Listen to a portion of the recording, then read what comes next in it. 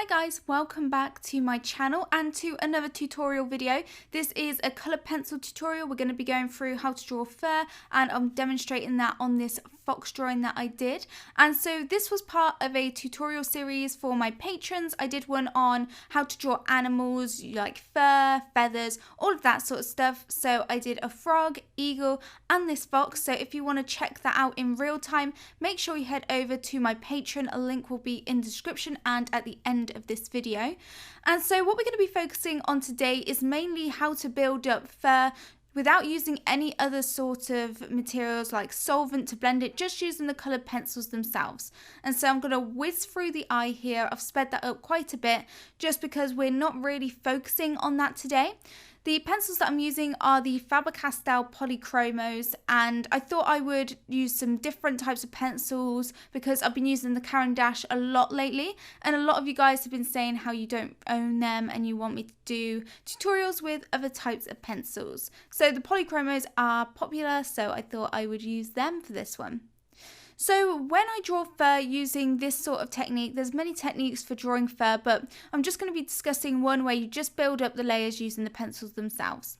So what I do is I look at the reference image and I look at that area of fur and I pick out the base tone, so like the lightest colour that goes across that whole of that area. So you can see that at the moment there isn't any fur texture because I'm just basically laying down the colour. I'm just shading it using the side of the pencil just to get a flat layer of colour over that area. And so I picked the lightest colour because it's hard to add light on top of dark, especially with the Faber-Castell Polychromos. So you want to work from light to dark, start with your lightest colour and then build up to the shadowed areas. So the fur near the nose is the shortest, so when you're drawing short fur, you want to keep your pencil strokes nice and short. You don't want to have long pencil strokes near the nose because it will look like the fur is really long when it isn't. And so if you're drawing short fur, use short pencil strokes. If you're doing longer fur, use longer pencil strokes. And so what I'm doing is I'm building up to the dark areas. I'm changing the pencils. I'm going darker and darker. And I'm looking at the direction the fur's going in. And I just keep sort of layering that fur. And when you're doing more and more layers using different colours, what this means is that you get a natural look of depth to a fur because you have lots of layers. You have lots of different colours on there. So what you want to do is spend some time doing this. It's not something that you want to rush. You just want to build it up in layers from the lightest to the darkest. Use some natural colours, don't just use one colour. Try to use a variety of colours. I think I used about 8 different browns on this, like orangey sort of auburn browns. I used a lot of different colours on this, which gives it more of a realistic look because in reality the fur has a lot of different tones in it.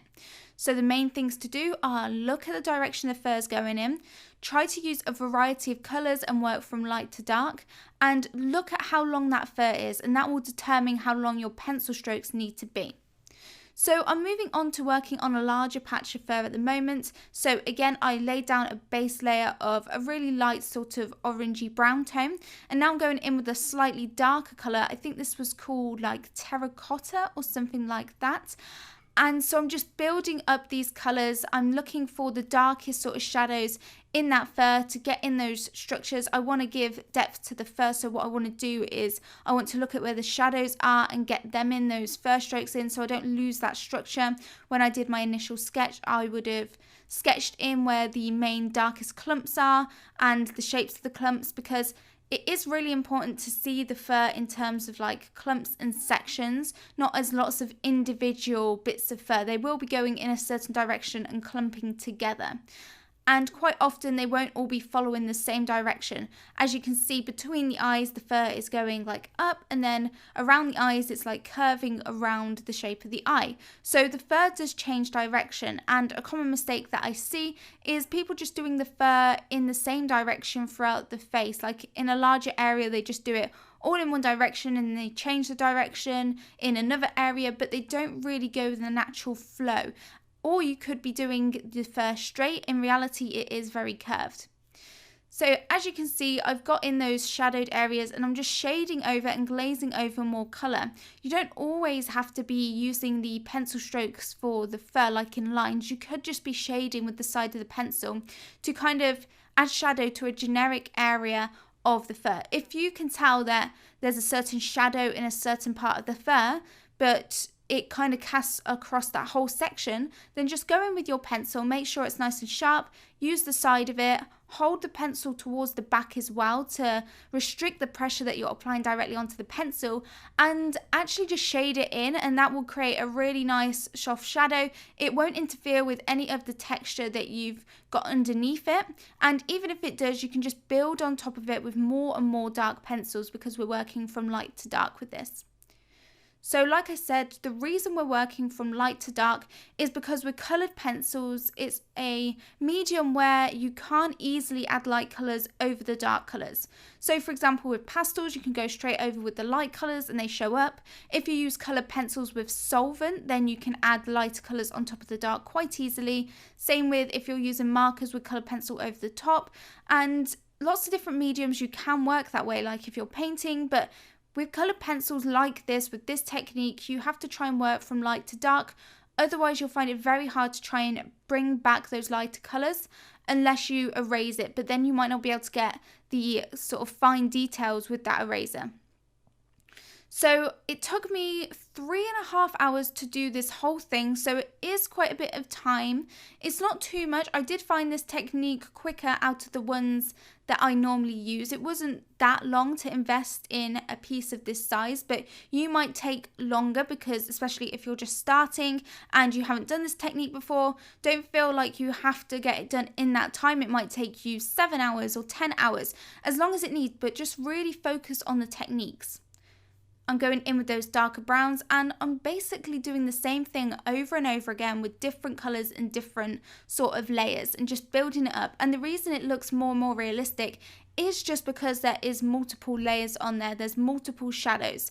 So I'm adding a bit of black around the eyes, and I've added some of those dark browns for those shadowed areas as well, like the Van Dyke brown, and I've added a lot of colours. I'll try and link and list all of the colours that I use for this in the description so that you can see all of the colours that I used if you do want to try this with these colours. But really, it doesn't matter what colour pencil set that you have. You don't have to have these exact colours.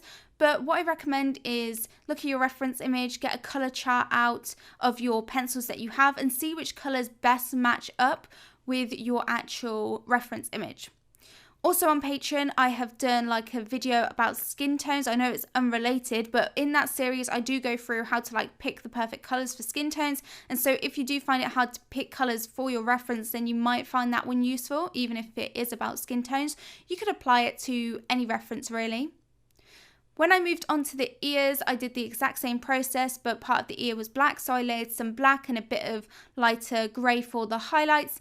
And I basically just do the fur in exactly the same way. Even when it's the greyer fur, I just use greys instead of the browns. So I'm not changing any sort of real technique here.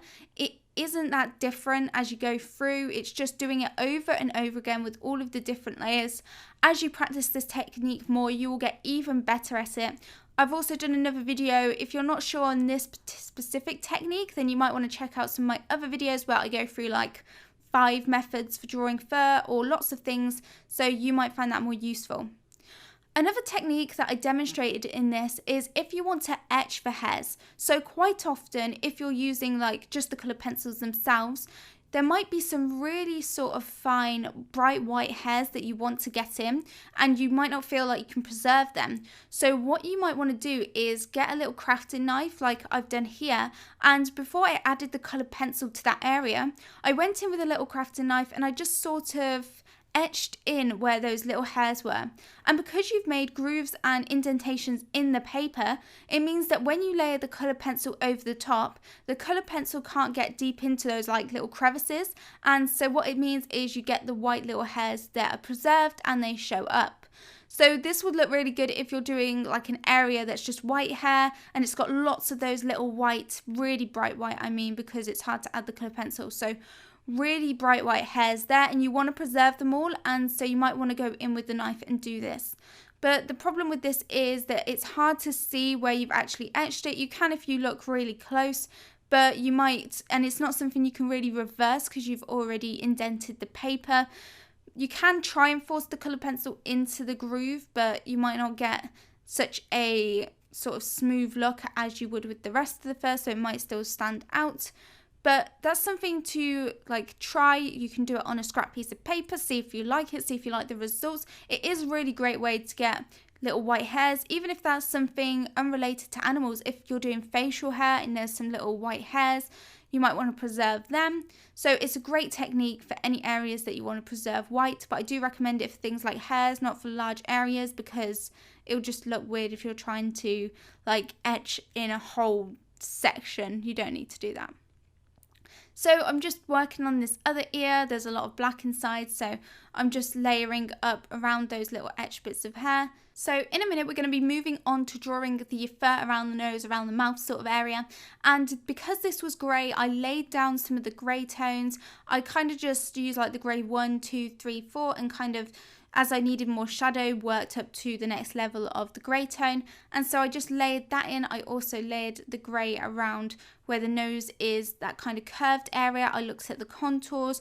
The anatomy of the animal is really important. You can't just draw fur everywhere. There's a certain type of anatomy with the face and the sort of nose area of the animal, and you want it to look realistic. So you want to look at those shadows, the way they contour. They might contour in a specific way, and they're not just there for the sake of it. Those shadows are normally important, and the shape of them is important. So really focus on getting them looking accurate before you start to build up all of your fur tone. Make sure that your base tones and your base layers are really accurate with all your shadows and highlights and everything before you start to add all of the detail. Moving on to the longer fur. And so with the longer fur, as you can see, I'm just doing longer pencil strokes. There's nothing more to it than changing the length of your pencil strokes to simulate longer fur. I build it up exactly the same, so I'm first kind of marking in all of the shadowed areas, all of the main direction of the clumps. As you can see, I've kind of done the lines at the moment where all of the sections are either shadowed or where they change direction, so I've got an idea already about the general direction that the fur is going in all over that back part of the fox.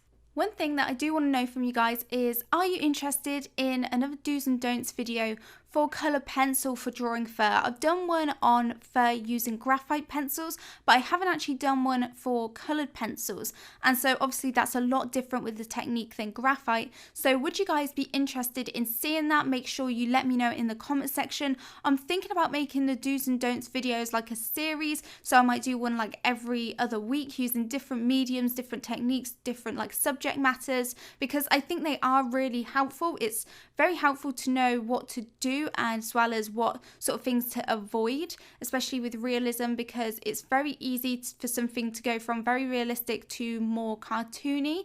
And so let me know if you do want to see that. So let's get back to this longer fur. So once I added in some greys, tends to be that white fur, it was quite white, but it was sort of darker, so there's a lot of grey in it as well.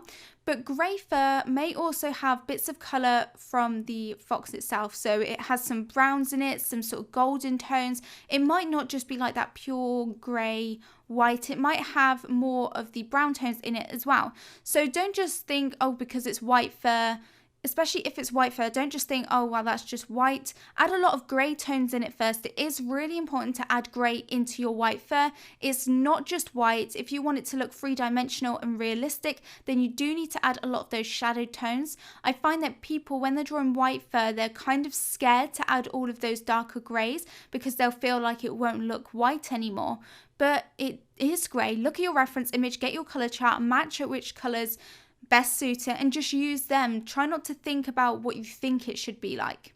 So I've also added some browns in to also help integrate it from that brown orangey fur on the face into this white fur. It would look very strange if it just went from one colour to the next without any sort of transition, especially because in the reference there was some sort of transition. So make sure that you look at all those subtle little hues in there as well, those brown tinges, the golden sort of tinges. And I also used a eraser to pull up little clumps of fur as well, like little flyaway bits of fur as well, and then I went in and I added some shadow to them. So all of the materials that I've used for this, including the paper, coloured pencils, eraser, all of that sort of stuff, will be linked in the description so that you can check that out, as well as where you can get it if you want to buy it yourself. And so I'm coming to the end of this drawing. I'm just making finishing touches to this, like adding some individual flyaway bits of clumps with the eraser. That is something that I like to do at the end. And I'm also glazing some tone over the fur. If I decide a whole area needs to go a bit more shadowed, a bit darker, I'll just glaze some colour and just fix anything that I spot. Another technique that you could use is the little crafting knife to actually pull up and scratch away some of that coloured pencil to kind of give some finer details. And you might have seen me use this technique a lot before when I've drawn like hair with portraits and even fur before. And so I will link a playlist where you can check out my other sort of colour pencil animal tutorials so you can see my different techniques for drawing fur, because there are many different ones. And so one might work for you and then another might not. And so you need to figure out which technique is best for you. And so you can use that little crafting knife not only to etch details for fur beforehand, but also to create some lighter detailed hairs afterwards. So I will definitely link up some videos where you can see that used in a bit more detail.